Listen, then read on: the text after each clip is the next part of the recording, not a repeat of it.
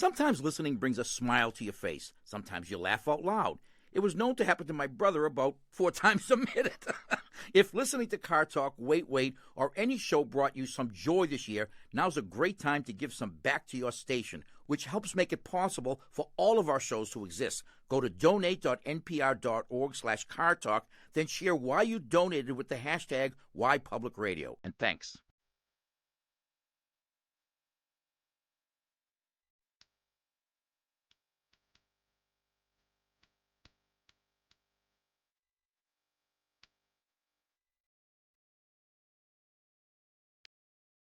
Hello and welcome to Car Talk from National Public Radio with us, Click and Clack, the Tappet Brothers. And we're broadcasting this week from the Center for Anglo-Cartalkian Alienation here at Car Talk Plus. Well, I mean, we got this big basket here, and we drag it over to the microphone, this big basket of food from a place called A Taste of Britain by Post.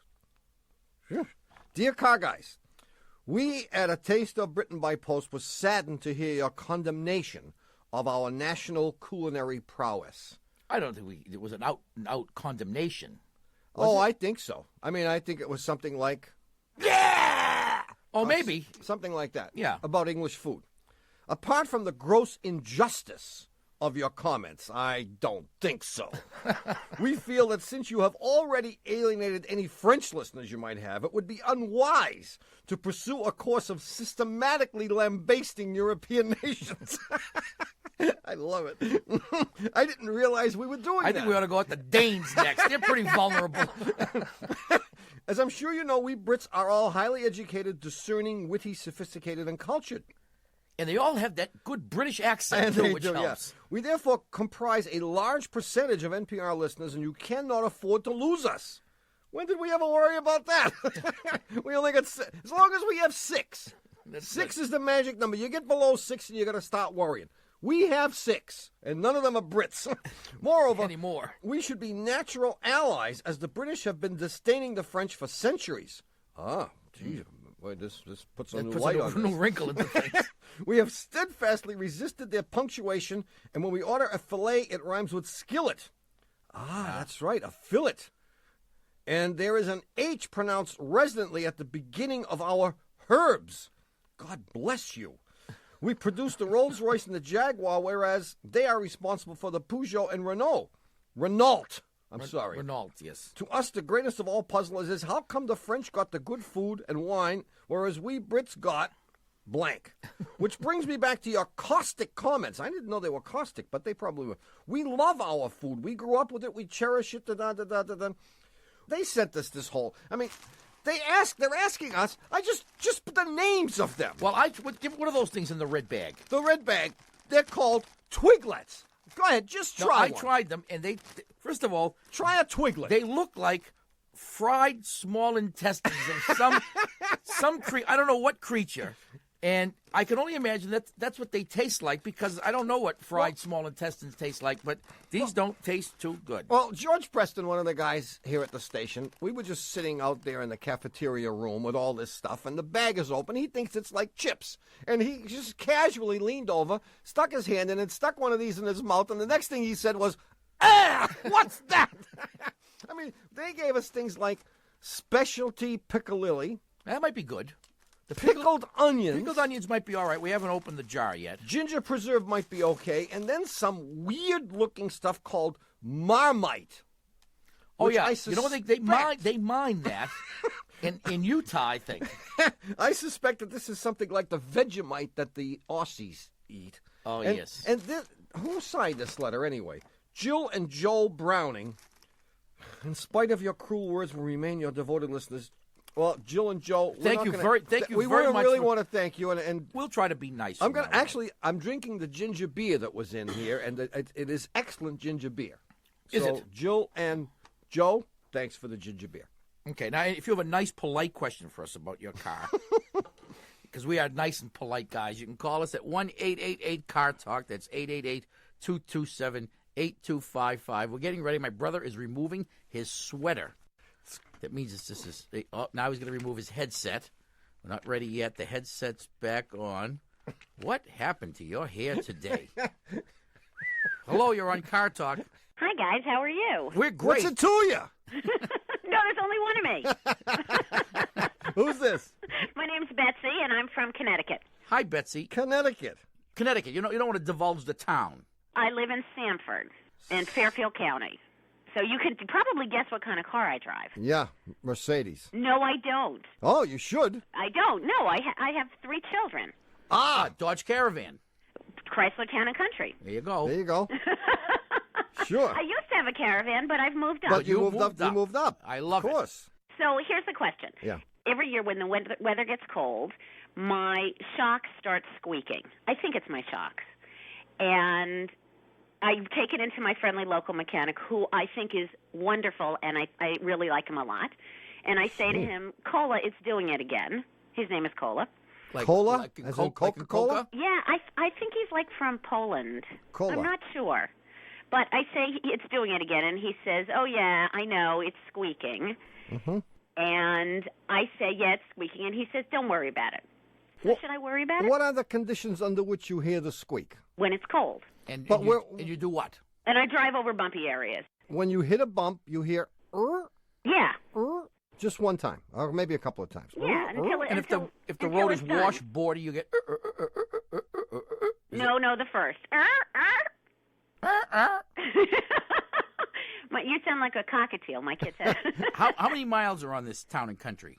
50,000. Not that helps any. I don't know why I asked. Well, because you were curious. It's the equivalent of small talk at a party. Hi, how are you? How many miles are on your car? Come here often? No one does that with me because I'm a therapist, so nobody makes small talk. No, no. So how are you related to the costs host? money.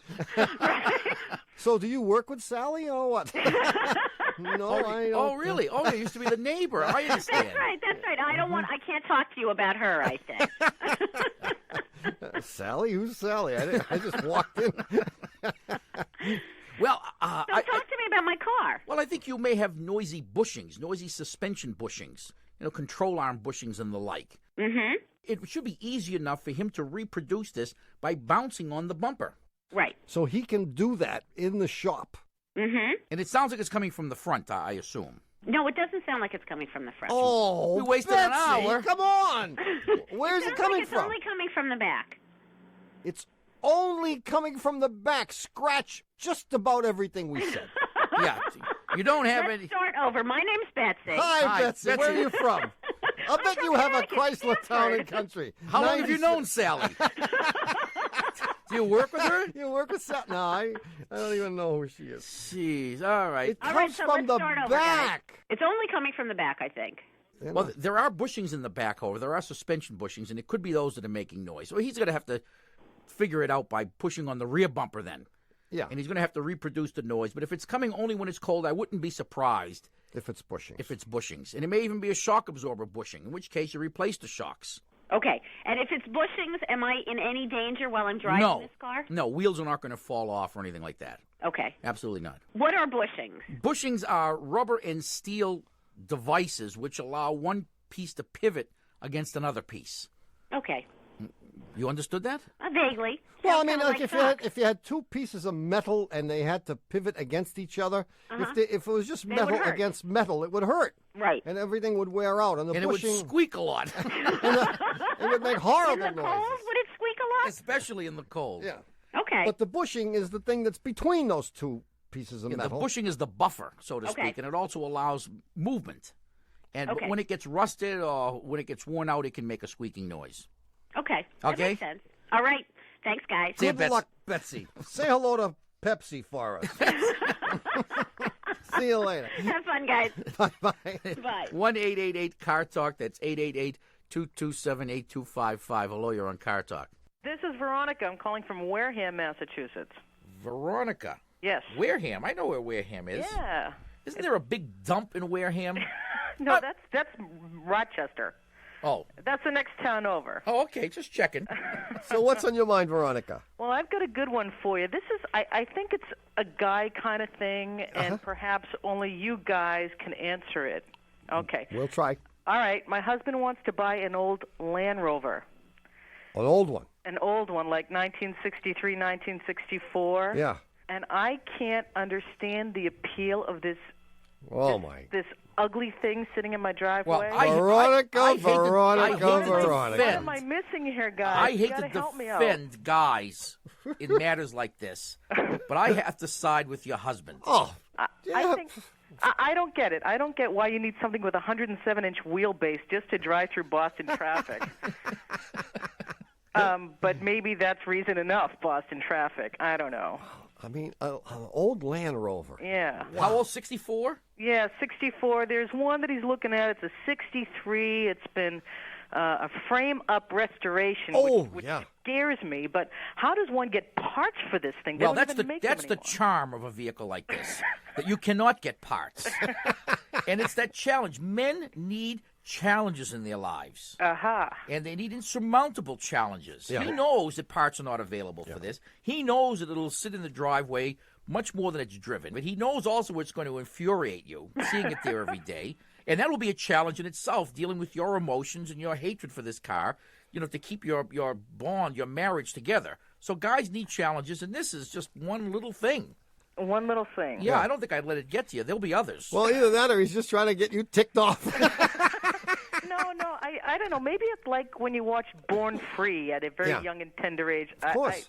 I don't get it. It's like from an African safari. Well, he has romanticized this vehicle from watching Marlon Perkins. Yeah, in, you got it. What was that show? Wild Country? Wild Kingdom. Wild Kingdom. Right. He's watched Marlon Perkins. And which guy in the planet couldn't admire and envy Marlon Perkins as he stalked his buddy who had to big wrestle the game? tiger.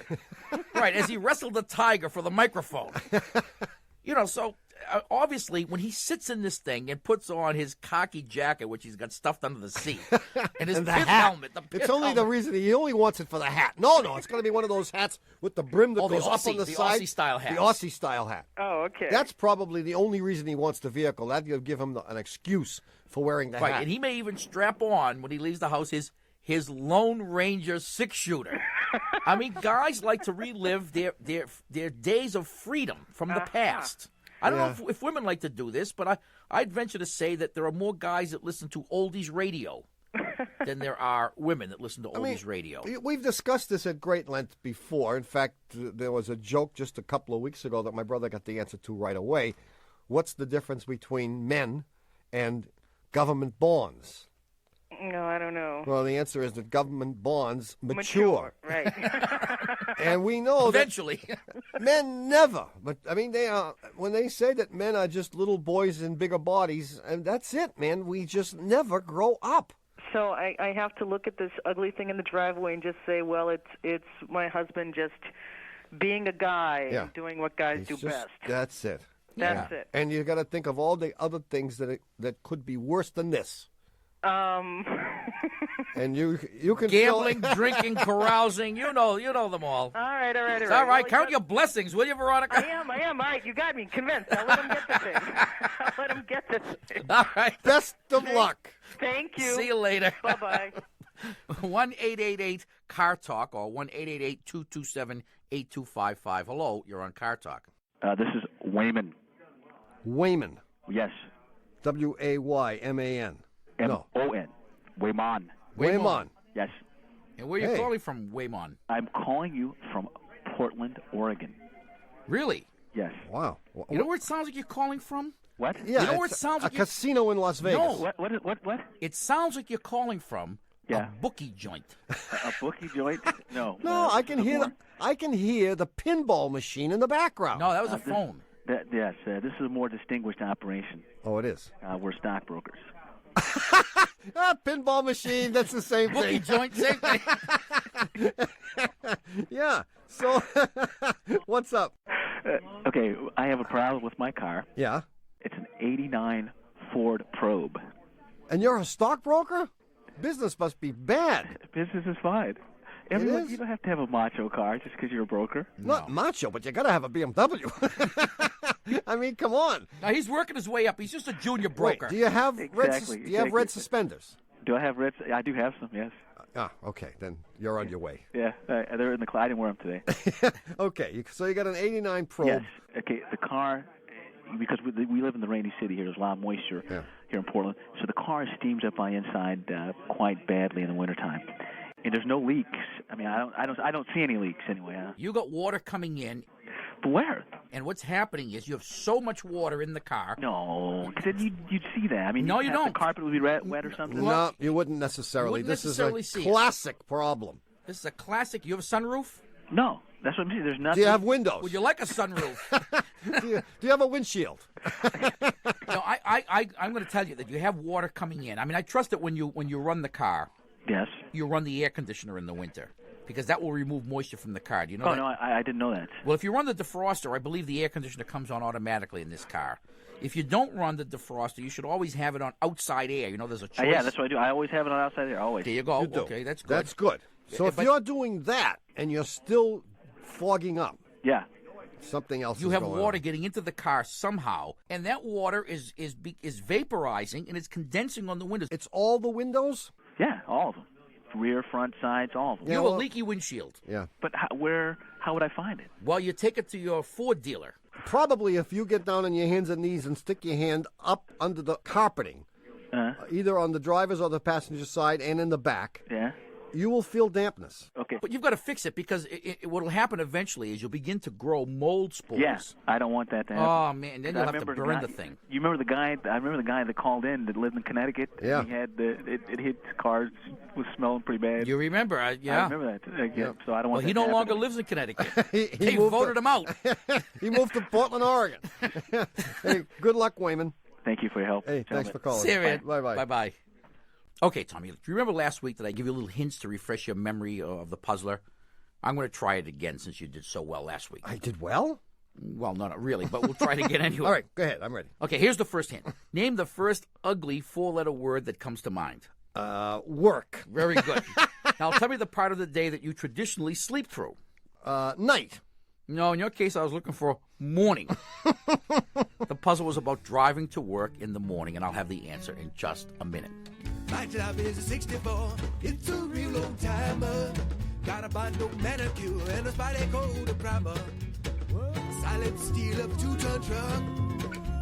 Say if you're on the way, then you're out of luck.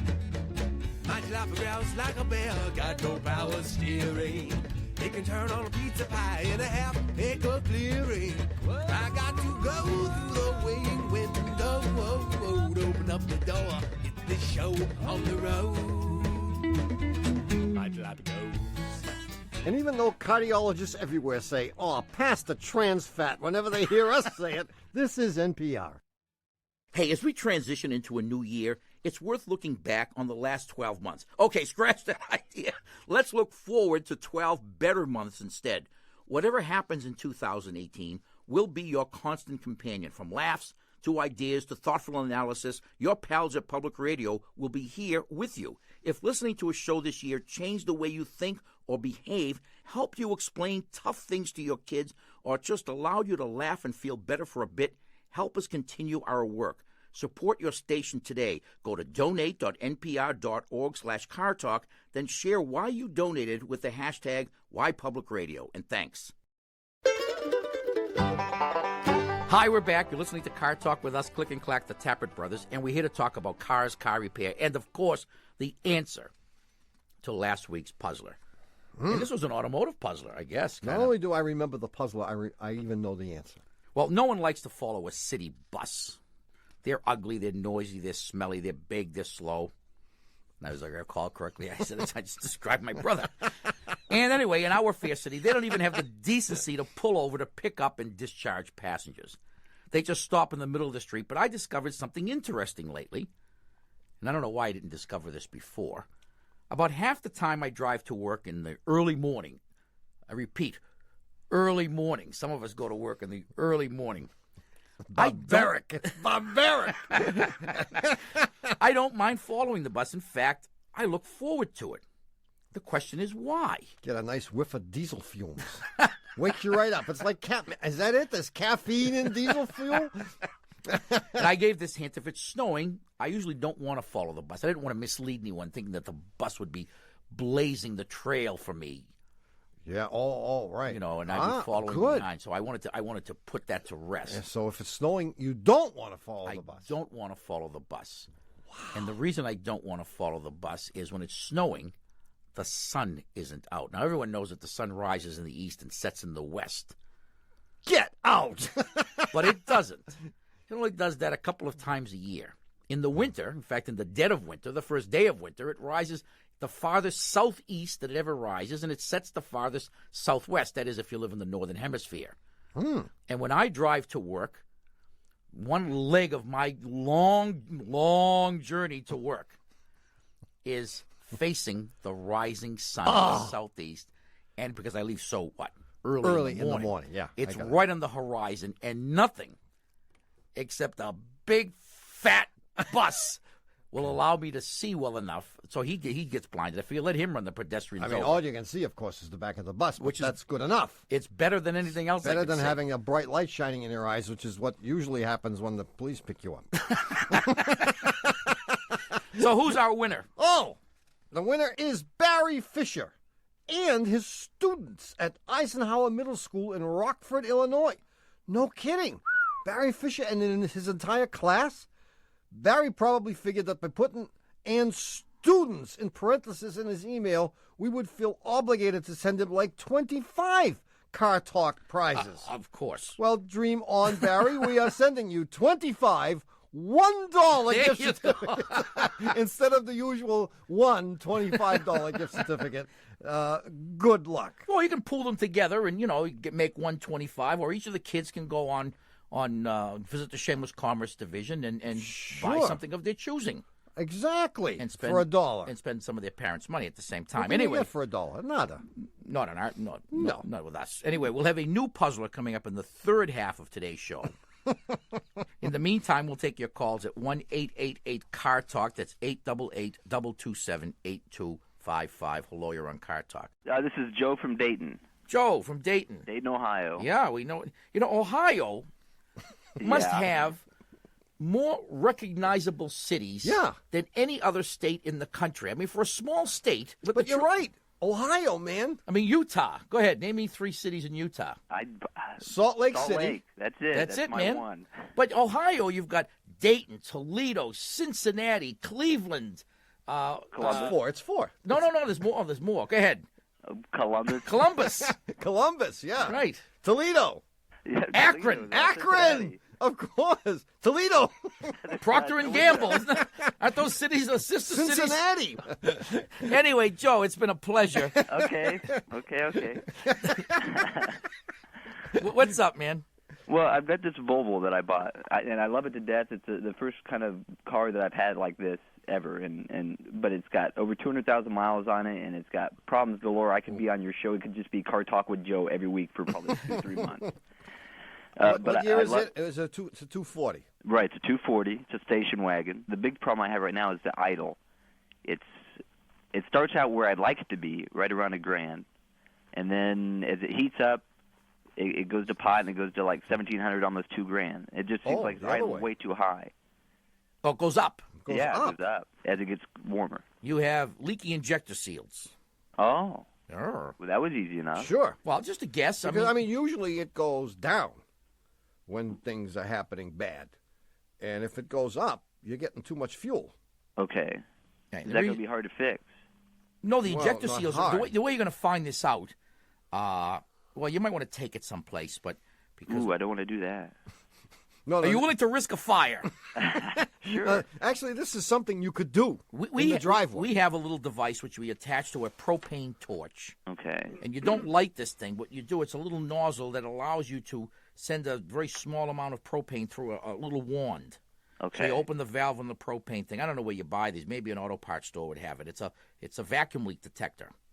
And what you do is you go around the intake manifold and near the injectors, and you try to find out where it is that you put this propane that you make the engine run better. I imagine it if you brought the idle speed way down by turning the bleed screw, the thing would run very rough because of the vacuum leak. Okay. And you're going to find the vacuum leak with, in fact, this little wand. I mean, you could do it with carburetor cleaner, but that's dangerous. Okay. We do it all the time, but we have a lot of fire extinguishers handy. Right. And they're cowboys, they go for the danger, Sure. Oh, yeah, we put our chaps on when we do this. The Evel Knievel School of Auto Repair. But this is relatively safe, this method with the propane And because what it does, it will suck in the propane and smooth everything out. The sucking along with the air that it's sucking in through a place that neither product should be entering. Okay. But you will make the mixture closer to correct, and that cylinder or those cylinders will begin firing correctly. And when you notice a change, you'll know that you have a vacuum leak there. Okay. And then it's a matter of, if I'm right, it's a matter of taking the injectors out and replacing the little O-rings around them. No, that doesn't sound like a big deal. No. You'll break them all taking them out. But sure. If you don't, then it's not a big deal. So just get another engine when I go out and get these. I would, yeah. These seals, yeah. Well, great. That's it? Well, there's a lot of stuff, but I don't think you guys got enough. No, we'll talk to you next week. Call us every week. See you, Joe. Hey, Joe, good thanks luck. Thanks a lot, guys. I'd like to just say hi to my mom. She listens to your show, too, and loves the puzzlers. All right. Sure. Hi, Mom. Hi, Mom. Thanks a lot, guys. See ya. Thanks for calling. 1-888-CAR-TALK or 1-888-227-8255. Hello, you're on Car Talk. Hi, my name is Kim, and I'm calling from Amherst. Hi, Mass? Amherst, Mass? Amherst, New Hampshire. No. New Where is that? It's a little bit east of Milford. Yeah, go ahead. Wait a minute. Whoa. Which if you're facing the North Star, where's the Atlantic Ocean? On my right. Okay. Oh, you're right. Amherst, that's good enough. And Milford, it would be a little bit to the left of where Amherst is. No, the only town I know in New Hampshire is Portsmouth, and I know it's north of that. How much north? It's actually east of that. Oh, okay. Portsmouth is east of Amherst. By how much? A lot? Like an hour. Oh, 15 miles, huh? In New Hampshire, yeah. New Hampshire roads. Okay, Kim, now that we've got you triangulated, and we know that you're a wise guy, what's up? Well, I have a Nissan Sentra, and it has 90,000 miles on it. Wow. And my mother, who you've spoken to before. Really? Yes, she's a nosy Nelly. She's called us, your mother? Yes. On the show? Yes. Cool. Yeah. Yeah. What's we her have a name? history. Her name's Nancy No Clinton. last names, please. Oh, sorry. Nancy. Okay. Okay. And she said that my timing belt should have been changed at 80,000 miles. So I called my mechanic, who said that it didn't have to be. And then, actually, my fiancé called my mechanic. So now she's saying it should be because anything over 80,000 miles, I'm driving on borrowed time. And my fiancé, because we're getting married this year and we just bought a house, doesn't want to spend the money. See, I'm not even sure your car has a timing belt.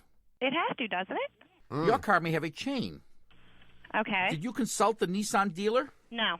See, now, if this was a high-tech show, we'd have a computer next to us. We would be able immediately to check the specifications, and we would be able to tell you without any question whether or not this car had a timing belt or a timing chain. Well, we do have a technical advisor. Well, if it has Wait a minute, we're looking for him. No, he's not here. But either way, doesn't it need to be changed at No, some it point? does not. If it's a belt, okay, it does need to be changed at some point. Usually it's at 60,000 miles. Okay. A timing chain, on the other hand, being a chain and made out of chrome steel, does not have to be changed until it starts doing ugly things, which it usually doesn't even do. Okay, no, if it's going to do something ugly, then what's it going to do? Like, how am I going to know? What usually happens to these, I mean, assuming it has a chain. Okay. And I don't remember. And you could call the dealer. You should call the dealer, because if it has a belt, you're really well over the time that it should have been replaced. Okay. And your mother, Nosy Nellie, Nancy, is right. Okay. However, if you have a chain, what typically happens is one of the chain tensioners or the guides will break. Mm-hmm. And it'll be accompanied by a constant grinding noise. Right. Yeah. You'll hear It'll sound like your blender is on. Yeah. That kind of noise all the time when the engine's Or running. like you're driving my brother's 63 Dart. Correct. Okay. So if the engine is quiet, assume that all is well and ignore this whole thing. Okay. Assuming that you don't have a belt. Okay. But you should at least make the phone call Okay. and find out if you have a belt or a chain. She did make the phone call, and we couldn't answer. I mean, we really should know. We should. I mean, why don't you know something? I mean, every week I sit here and I struggle with these difficult questions, and I look over to you. I don't get any help. Dougie, why doesn't he know anything? What? I thought I was just coming in for therapy. I mean, your job every week is to make me laugh. I do everything. My life is a shambles. I come in here once a week. None of my ex-wives. Give me an example. Who starts the show? Who's the one that says, hello, welcome to Car Talk? That's you. Me. Yeah. Who does the puzzler? You. I do the question. You Who gives do. the puzzler answer? You do. I do. Who does the closing credits? You do. Who answers all the questions? You do. What the hell are you doing here? I'm here for therapy. I'm here for my speech therapy. Jeez. I'm telling you. My life is a shambles, and I come in here for one lousy hour a week so you can cheer me up. All right, I guess I'll have It's to. your job. You're on your own, Kim. As my older brother. You're on your own. Okay. Let us know so we can help the next unfortunate soul that calls. Yeah. Okay. See you later. Thanks a lot. Bye-bye. Thanks a lot for Bye-bye. nothing. You could hear it in her voice. Oh, boy, I'm embarrassed. Yeah, well, you should I was be. counting on you. 1-888-CAR TALK or 1-888-227-8255. Hello, you're on Car Talk. Hello. Hi, who's this? This is Joe in Binghamton, New York. Binghamton. How are you, Joe? Good, good. How are you guys today? Well, not bad. What can we do for you? Well, my problem is I have a 72 Saab.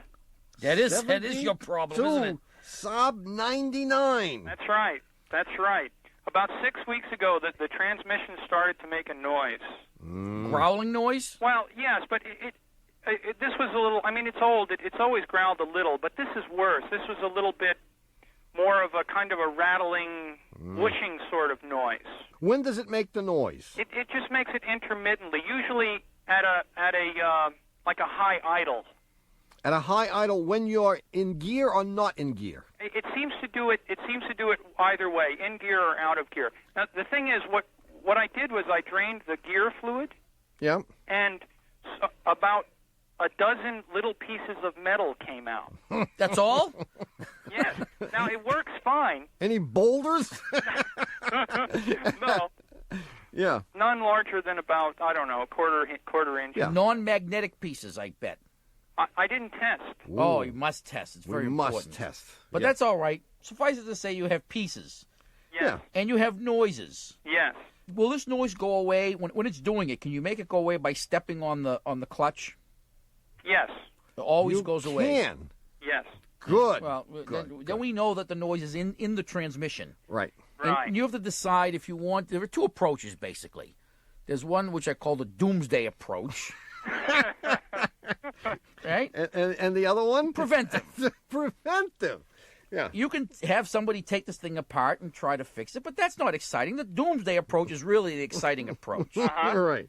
And I would drive it until it self-destructs. Yeah, and in favor of the doomsday approach is the fact that anyone who takes this transmission apart is going to want so many hundreds of dollars that it'll make your head swim. Right. And so there is something to be said for just driving and forgetting all about it. You're getting your earplugs or turning the radio up or any other such strategy that might work. You don't drive this like far out of town, of course. Well, I did until this started to happen. I don't take trips now since it started. But, yeah, I've driven it on long trips out to Michigan and back. Yeah, I wouldn't do that. Well, there's some lunatics in upstate New York, aren't there? Yeah, I wouldn't do that anymore if I were you. Well, Yeah, you may have to take up residence in Michigan. If you're willing to take up residence in any of the towns between Binghamton and wherever you go in Michigan, then fine. But, I mean, you might have to hawk your whole, everything you own in order to replace a transmission in a 72 Saab. Yeah, that's what I kind of figured. But Yeah. the thing is, do you think if I let it go, will that make it harder to fix if it finally... No, it is already destroyed. It is just gradually falling apart, but whatever is broken, and you're not making it any worse because you have to replace it anyway. Right. If and when the time comes to rebuild the transmission, considering how old the vehicle is, you would never do it. Either you would put a used transmission in or completely rebuild the transmission. You're not going to take it apart and replace one bearing. Right. So you're going to do the whole thing, and you might as well do the whole thing at the time where it self-destructs. My guess is you won't lose the whole transmission at once. No, maybe like one gear or something. Yeah, maybe. Yeah, like If you're first, second, lucky. and third. I mean, it depends on what is actually wearing out. I see. Yeah, but drive it until the end. Okay. Yeah, how many miles are on this thing? 200. 204,000. That's about could when they smell blow it. up. Yeah. That's pretty good. Good luck, Joe. You've done very well so far. That's a great car, isn't it? It is. It is. I really enjoy Yeah, it. it's the best car they ever made. But don't leave town. All right. Rent. Don't leave town without it. See you, Joe. Thanks a lot, guys. Bye-bye. Good luck. Bye. Hey, look, before we get to the new puzzler, and I know you can't wait, we have to take a short break. Great. I just got my holiday bonus. I'm going to use this break to go spend it, man. Well, the break's only a minute long. I know. I can get to the candy machine back in a minute. Well, stay tuned, because we'll be back with a brand new puzzler and more of your calls in just a minute.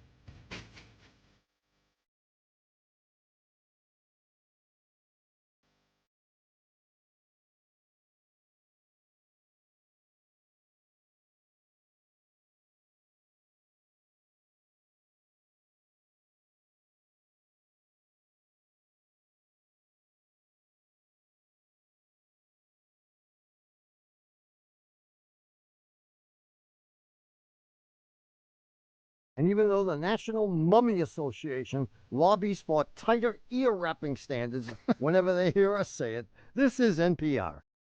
You know, I drive junky cars. Hello, this is Nina Totenberg. When my husband and I were courting, he was really scandalized by my very old Mazda 626. And when we were invited to a state dinner at the White House, he said that I should rent a fancier car. I refused, of course. It's amazing to think that I could turn that dumpy car into my favorite programs. Just visit the Car Talk Vehicle Donation Program at cartalkbdp.com. We're back. You're listening to Car Talk with us, Click and Clack, the Tappet Brothers, and we're here to discuss cars, car repair, and the new... Yeah. Automotive? No. Folkloric? No. Clever? Good? The new puzzler. That's an apt description. Well, let people put their own little adjectives in there. The new blank puzzler. Okay, I'm going to read a list of words. Yeah. And your assignment, if you choose to accept, is to tell me what these words have in common. Really? This is just a straight old puzzler without obfuscation. Without obfuscation, without a lot of explanation. Wow. Without eating up a lot of time. This harks back to the days of yore. Indeed. You're what? All right, I'm going to write these down. Get the pencil? Is that what you're saying? Get a pencil. Well, let's wait while we'll give everyone a minute. Everywhere, 6 of them, have a minute to go and get the pencil. Okay. Time's up. That's okay, the Looney Tunes What thing. do the following words have in common? Yeah. Wait a minute, I got to get a pencil. Go ahead. Deft. Yeah. Like he made a deft move. Yeah. First. He came in first. Mm-hmm. Calmness. He was overcome by calmness. Yeah. Canopy. He opened a can of peas and carrots for dinner. Canopy. Canopy. A canopy covered the boat so he wouldn't get wet. I gotcha. Laughing. It was no laughing matter. Mm-hmm. Stupid. Needs no further explanation. Crab cake. As in, I dropped 2 crab cakes in my shorts and nobody knows. I just dropped. and nobody noticed. Hijack. Hijack. So I'll read the list again. Deft. First. Calmness. Canopy. Laughing. Stupid. Crab cake. And hijack. Now, I can't tell you from whom I stole this puzzle, because if I did, look it up. Right. Go buy the book for, Jeez. whatever. And so that's very interesting. Now, interestingly, I wrote 2 columns of 4 words each. How did I know that was going to happen like that? That was bad thinking. Anyway, if you think you know the answer, write it on a postcard or on the back of a winning $40 million jackpot lotto ticket. Send it to Puzzler Tower, Car Talk Plaza, Box 3500, Harvard Square, Cambridge. Our Fair City. Matt 02238, or you can email your answer from cartalk.com. The number, if you'd like to call us here, is 1-888-CAR-TALK. That's 888-227-8255. Hello, you're on Car Talk. How's it going? My name's Aaron. I'm calling from Philadelphia. Aaron? Aron, yep. How do you spell that? A-R-O-N? O-R-O-N. O-R-O-N. Yep. What's the origin? My parents are Israeli. Oh, okay. Oh. Yep. Okay, so it's just a Hebrew name. It's a Hebrew name. I love it. Cool. Does it have a meaning? Light and happiness. Light and... Oh, man. And I like to live my life that way. Good for Oh, you. That's good. And you called us anyway. You know you're not going to get any happiness here. So what's up? Better than light in the head, which is what my brother is. Basically, I got a 94 Isuzu Trooper. I Yeah. love the car. It's a 6-cylinder, 5-speed. And every time I engage it in gear and release the clutch on a hill, or if I go in reverse, the car just lets out a stink like rotten eggs. And this, but if you're moving along at a steady speed, you don't get it? Nothing. Is it really a rotten egg smell, or is it? This is important. Give us the scenario again. I may have missed something essential. Okay. You're starting off on a hill. Let's say I'm in a hill, I engage in gear, car rolls back a little bit. Basically, anytime the car rolls back, Oh, okay. it just stinks. Well, you know why? Because Okay. you're rolling into the stink. Yeah. I think that's right. Okay. I originally thought it had something to do with the fuel injection. It does. Well, yeah. Kind of. But my father pretty much ruled that one out for me. On what basis? I have no idea. Arbitrariness. Well, it has to do with the fuel. Yep. Yeah, if you didn't have any fuel in the tank, you wouldn't have the smell.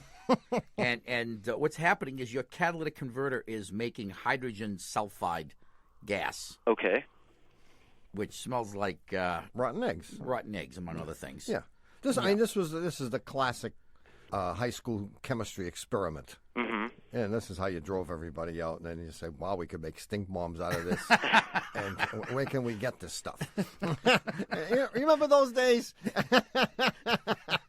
If you were a troublemaker, right? You know, if you were a goody two shoes, it never occurred to you. Oh man! So your problem is that the catalytic converter is not doing its job. Okay. Do you typically buy your gas at the same gas station? Yeah. Same brand all the time? Yep. What do you buy? Hess? Usually Exxon. Exxon. Yeah. And how long have you had the smell? Ever since I've owned the car, really. And I had another Isuzu years back that was a 6-cylinder 5-speed as well that did the same thing. Oh, and so you've gotten used to it. Or it's affected your brain. If it were me, the first thing I'd do, if it were I, right. The first thing I would do is change the brand of gas. Okay. Get 2 or 3 tankfuls of Sunoco, for example. Okay. And hope that gasoline has less sulfur in it.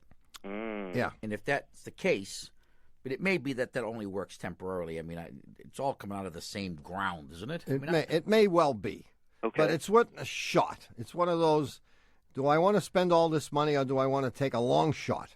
Correct. And the answer is you want to take a long shot. Who wouldn't? Well, I had the same problem for years with my Dodge Dakota pickup truck. Mm-hmm. Yes, but... And I solved it by giving the truck to my son. Well, he might have been the source of the smell to begin with. Thanks for your call, Ron. Take care. Thanks. Bye-bye. 1-888-CAR-TALK. That's 888-227-8255. Hello, you're on Car Talk. Hi, Tom and Ray. My name is Michelle, and I'm calling from Wheaton, Illinois. Hi, Michelle. Hi, Michelle. Aren't you formal? Wheaton, Illinois? Wheaton, Illinois. Well, hello, Michelle. My name is Tom Aliozzi. It's very nice to talk to you. Pleasure to meet you. What's up? Well, I have a 97 Saturn that was recently in a car accident. And wasn't your fault, though. No, it was not. Of course not. We knew that. I'll deny it to the end that it was my fault. The point of impact was the front driver's side tire. So it trashed the suspension and blah, blah, blah. I'm guessing $1,875 fixed it. $2,675. Wow. It was close. Yeah. But when I got it home, I took it home, started fine, but the next morning it wouldn't start. Well, I was so angry, of course, I threw a fit in the car, and I pushed on the steering wheel, and when I shoved it back in the seat, the dash lights came on. So you were having a little hissy fit there, sitting in the car, and you pushed on the steering wheel. Right. You say the seat went back? I went back in the seat, and it rocked the car back, and when the car rocked back, the dash lights went on. And then the car started? No. And then it rolled forward and the dash lights went off. So what I did was I put my foot outside of the car and I rocked it back and forth and back and forth and back and forth until I got enough momentum that I could hit the ignition switch when the lights came on, and it started. All right, so? So what's wrong with it? Doesn't anyone screen these calls? I mean, do we let any wacko just call us and talk to us? Yeah, I mean, do we deserve this? What did We we do don't- wrong? we- Why us? Why us? I said I have a wacko car question. I know the number to call. That's what I said. I don't even understand the question. No, I understand. She's not getting current. The car is dead. I'd be willing to bet that when you turn the key on, nothing works whatsoever. Correct. Even the headlights? Have you tried the headlights? Even the headlights. Even the headlights. Nothing works. I think you have something as simple as a loose chassis ground. Yeah. There's a wire that goes between the engine and the chassis of the car, and then eventually to the battery. And that is the ground path or the return path for all the electricity that comes out of the battery to run your heater, your wipers, your radio, the headlights, to start the car. Right. So if the electricity can't get back... We call them little Eddie and Edie Electron. We do, huh? Okay. So if little Eddie Electron I just made that up. can't get back home, then he won't leave. I see. So if the return path has been interrupted somehow, then nothing in the car will be stone cold dead. And rocking the car is moving stuff around enough so that you finally do get it started. I would recommend that you take it back to them immediately, because if you have a bad ground connection, you can burn things up. That would be bad. That would be bad, yeah. Hey, Tom and Ray, thanks a lot. Hey, Michelle. See you, Michelle. Thank you. All right. Thanks for your call. Bye-bye. Bye. 888 Car Talk. That's 888-227-8255. Hello, you're on Car Talk. Hi, this is Reed from Graham, North Carolina. Hi, Reed. Graham? Graham. Graham. Graham? Correct. Home of the Graham crackers? I haven't found them yet. Oh, I'm okay. a new resident here. I've been looking for the home of the Graham cracker. Well, there are plenty of hollow trees. Does that come from those places? I don't know. What's up, Reed? I have a 1987 Bronco 2, and my wife wants to use it to tow her horse around a couple of days a week. And I really love this truck. Uh-huh. I'm not sure I want her, doing a lot of towing with it, simply because, well, she's not here. Well, she's a little rough on cars. She is, huh? Yeah, most women are. Oh, yeah. Woohoo! And, You'll be sleeping in the garage this weekend, too. And this being sort of a small engine, I'm not sure whether or not we would depleting her life if we make her start towing this late in life. Yeah, I see. You're worried that it wouldn't be accustomed to it. Had you started it off when it was new, you would be used to it by now. Right. So you have 87. You have a 2.8 V6, right? Is that what's in this thing? Correct. How big is the horse? Like 1,000, 1,200-pound horse? Well, it's like 1,500 or a little bigger. Big horse. 1,500-pound horse. Yeah, he's a big horse. I bet he eats like a horse, too. Yeah, he does. I bet he does other things like a horse, too. Yes, they do. But He's isn't a the gelding, so he doesn't do a whole lot of those other things like a horse. But isn't the idea that you're supposed to ride? Why doesn't you just ride the horse instead of dragging him around? I mean, what fun on can the that freeway? be? Well, the real hinge here is that the trainer is pregnant and will no longer be making long trips to come and train the horse and rider combination. So she's convinced my wife that she needs a trailer to bring the horse to her. Oh, so normally now you have to buy a trailer too. Well, yes, and my wife came up with this trailer made in Europe. It has a little advertisement that says engineered to accommodate your horse, and you don't need a full-size truck to tow it. You don't. Oh boy, you're sunk, aren't you? Well, I don't know. Well, I mean, you mean this is easier than finding a new trainer? Well, actually, if you're going to go to an event, you need a trailer to tow the horse to the event. And things like this. And she's like, this is the greatest thing. It says you only need 110 horsepower. Oh, so your wife does dressage and all that stuff? Is that what Right. Yeah. The addiction. Watch your language. So this is an $8,200 trailer. My Woohoo! I'm wondering if we shouldn't buy a used trailer and a full-size truck and maybe come out a little less expensive and probably be in a better spot to start with. Gee, if you can get by with buying a junker of a truck, an older truck even, big one, big V8 engine, and a 350 or bigger. You've got it exactly. You need to find an old F-150. Yeah. Maybe you can even find a nice used trailer for a few $100. Well, I hope. How many? She has one horse now? Well, yes, as far as I know. You're really into this, a little hobby of hers, eh? Well, no, she's into this. Yeah, hobby. I know that. She's going to do the driving. Yeah. And I'm thinking if we buy a truck, we can leave the trailer hooked to it. Exactly right. Yeah, you're exactly and right. You obviously have the room to do this. You have room for another truck. How far typically does she drive to go to shows and whatever? She's never done this before. Well, how far is she likely to drive? About at most 150 miles one way. Oh, yeah. That's it. You want a nice 10-year-old or older pickup truck. Yeah. Start 10 or shopping. older? 10 or older. Sure, I mean, you don't care what it looks like. Right. You just care that it runs and it's safe and it's not rusted apart. And that's it. Well, it can't be really ugly because those horse people are kind of snobs, you know. Well, that's true. Yeah, you got to make sure it's a little dignified. That's the other thing you have to consider, because even if she does buy the old truck, she starts going to all these shows, and everyone's going to start looking down their noses at her for driving an old beat-up truck when they're all showing up with Range Rovers. Yeah, you may have to buy her a Range Rover. This is a $100,000 hobby. Oh, no. You're in deep trouble, boy. I'm knowing now. Hey, good luck, Reed. Thanks. Let us know what happens. I'll do that. I'll send you a picture. Send us pictures, yeah. Of the horse. See All you right. later. See you. Bye-bye. Thanks. He's in trouble. He is. He's done for. Run. Why couldn't she take up something like needlepoint? Horses. Come on. Horses are fun, They are not. but they're big. They're big. They eat like horses. They smell bad. Well, you've wasted. You an smell otherwise- good compared to a horse. Thank you. You've wasted an otherwise perfectly good hour listening to Car Talk. Our esteemed producer is Doug the Subway Fugitive, not a slave to fashion, Bongo Boy Berman. Our associate producers are David the Calves of Belleville Green and Catherine Frau Blucher Fenolosa. Our web lackey is Doug the Old Gray Mare, assisted by Connie Bridgeford. Our theme music is by David Dog Grisman, and our technical, spiritual, and menu advisor, just back from the Abilene, Ovaltine, Jelly Bean, Grenadine, margarine, canned sardines, salad green, Listerine, and hot caffeine lunch canteen is John Buzzley Waller. Our public opinion pollster is Paul Murky of Murky Research, assisted by statistician Margin of Error. Our customer care representative is Haywood Jabuzzoff. Our personal makeup artist is Bud Tugley. Our personal hygiene advisor from the Tokyo office is Oteka Shower. Our staff bicycle tester is Maya Sertz. Our press secretary is Dawn B. Zanozzi. Our Desi Arnaz biographer is Ike Arumba. Ike Arumba, you get it? Ay, caramba. Our appointment secretary is Amadeus O'Early. Our oh no, she's not on the staff yet. Our Russian chauffeur is Peekoff and Dropoff. Our directors of quality control are Les Thomas and Noma Raymond.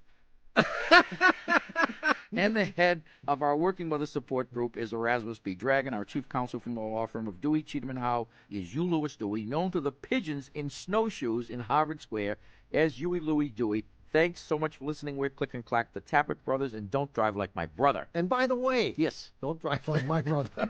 Righto. We'll be back next week. Bye-bye.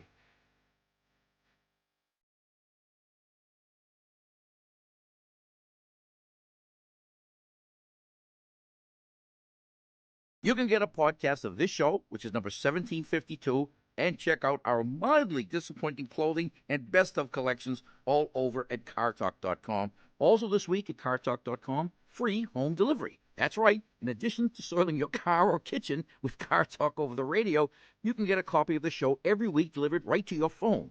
What for, you might ask? Well, you might miss a show and want to catch up. Or second listen makes a wonderful sleep aid. Subscribe to the Car Talk podcast for free home delivery of the show right now over at cartalk.com.